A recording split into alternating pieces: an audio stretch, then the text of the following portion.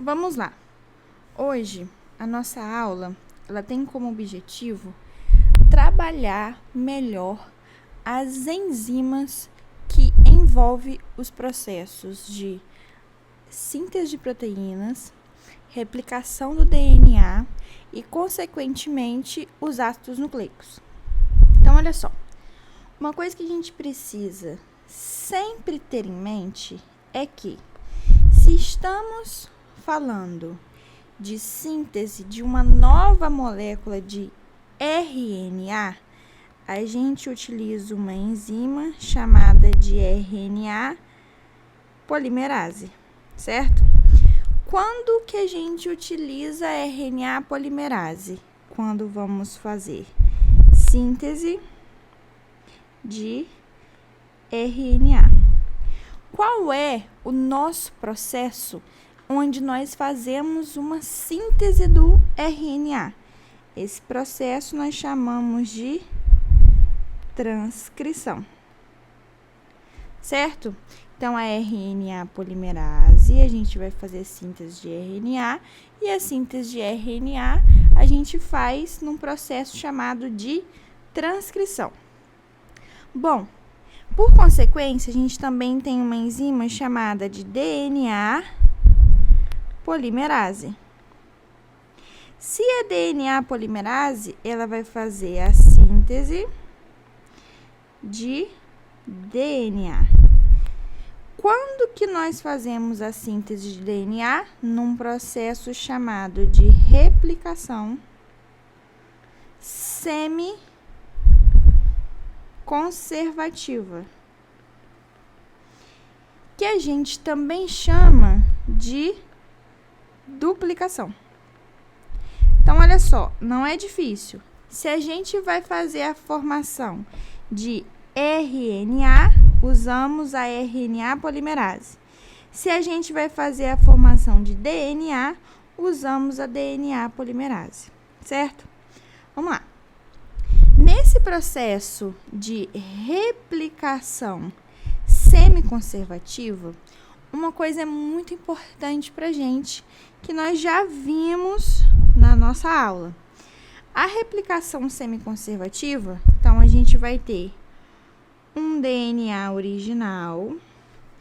Esse DNA vai formar duas novas moléculas de DNA, preservando a fita mãe, certo? Então, a gente tem a fita mãe sendo preservada e as fitas filhas sendo formadas. Então, ó, fita mãe sendo preservada, fita filha sendo formada. Bom, por isso que a gente chama de replicação semi-conservativa. Por que ela é semi-conservativa? A gente tem o nosso DNA, que a gente chama de DNA mãe. Esse DNA mãe forma duas fitas filhas, né? Uma em cada DNA, obviamente. E essas fitas filhas, elas são formadas a partir do DNA mãe. Então, se a gente for olhar aqui, ó, a fita mãe pretinha sendo preservada e a filha sendo formada. A fita pretinha mãe sendo preservada e a filha sendo formada, certo? Bom, além disso, nós vimos sobre o sentido da vida. O sentido da vida é o sentido que a gente chama de 5 linha, 3 linha, certo? Esse é o sentido que a gente tem que tomar muito cuidado da formação. Então, a gente vai formar tanto uma nova fita de DNA de forma contínua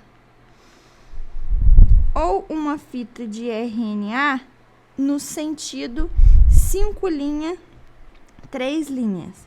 Então, a gente precisa ter atenção a uma coisa. O sentido da formação é o sentido 5 linha, 3 linha, certo? Se eu formo no sentido 5', 3', eu vou fazer a leitura no sentido 3', 5', tá? As fitas de DNA, elas são antiparalelas, né? Então, se eu tenho carbono 5' livre, 5', 3'. Se eu tenho carbono 3' livre, 3', 5'. Então, o sentido da formação é o que a gente chama de sentido da vida, de acordo com a biologia. Se eu formo 5', 3, eu vou fazer, então, a leitura no sentido 3', 5, certo? Bom, tudo isso a gente já viu na nossa aula.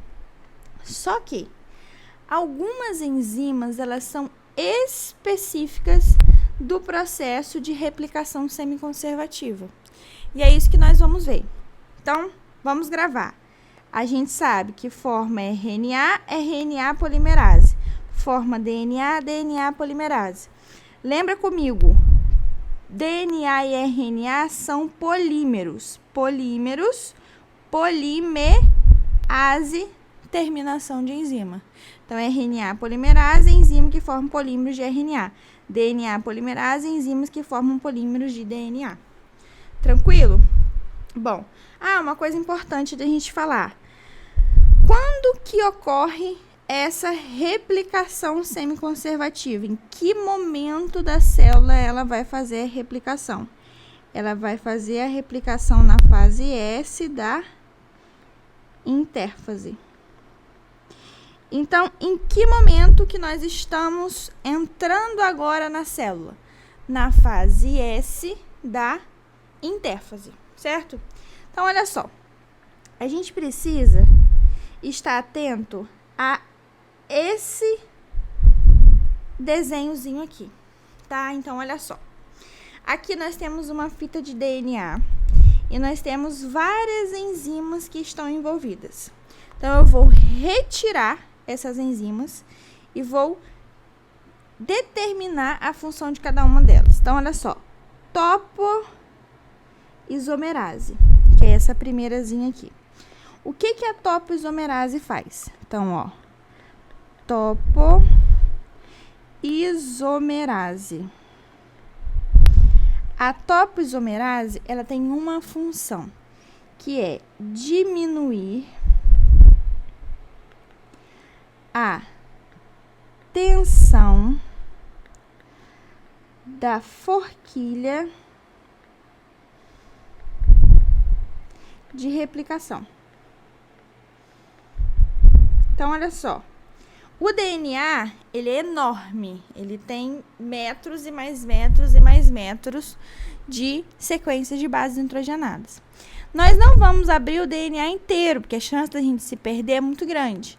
Então, nós vamos abrir um pedaço do DNA. Então, a gente pega, é como se aqui para trás o DNA tivesse enovelado e aqui para frente ele está enovelado.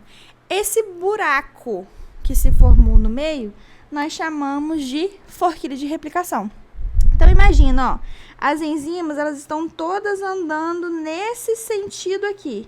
Então, elas estão andando nesse sentido. Elas vão fazer uma tensão à medida que for abrindo essas fitas. Então, o que que a topoisomerase faz? Ela vem aqui na frente, ó, cortando e girando a fita, cortando e girando a fita. É só a gente imaginar o seguinte: pega um barbante, coloca o dedo no meio e vai andando em direção à ponta, né? Se a gente corta, a gente torce esse barbante e vai andando em direção à ponta. Chega uma hora que a gente não consegue ir mais com o nosso dedo, porque vai ficar muito tenso. Então, o que que a topoisomerase faz? Ela vem, diminui essa tensão. Então, ela corta e gira a fita de DNA. Corta e gira. Então, a topoisomerase diminui a tensão da forquilha de replicação. Bom, depois, nós temos uma outra enzimazinha aqui, bonitinha, chamada de primase. O que que a primase faz? Então, ó, nós temos a primase. A primase, ela marca onde que vai ser o início daquela replicação ali. Por quê? Eu não posso replicar, começar do meio do nada, né? Eu tenho que ter um ponto que marque esse início. Esse ponto é chamado de primer. E quem adiciona esse primer é uma enzima chamada de primase. Então, ó, primase, ela vai adicionar o primer que marca o início da forquilha de replicação.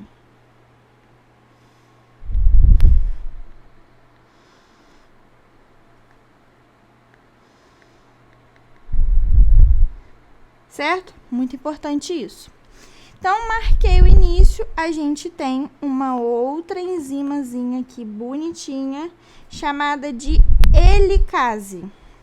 Então, vamos lá para a helicase. A helicase, ela vai fazer o seguinte, olha só. Isso é uma base nitrogenada ligada a outra, uma base nitrogenada ligada a outra, uma base nitrogenada ligada a outra, e assim sucessivamente, né? As bases nitrogenadas, A com T, G com C, C com G, T com A com T, certo? Essas bases nitrogenadas, elas estão ligadas por ligação de hidrogênio. Para que eu consiga formar uma nova fita, alguém tem que romper essas ligações de hidrogênio. Quem que rompe essas ligações de hidrogênio? É a enzima helicase. Então, o que a helicase faz? Ela rompe as ligações de hidrogênio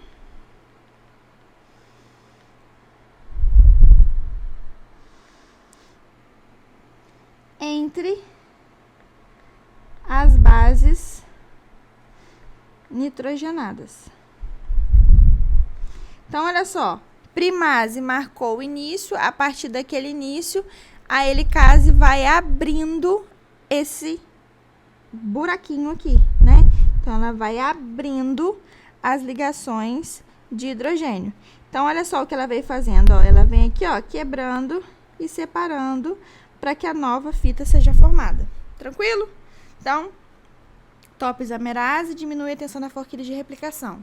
Primase adiciona o primer. Helicase rompe as ligações de hidrogênio. E a DNA polimerase, que está aqui, o que ela faz? Ela vai formando as bases. Então, ó, a DNA polimerase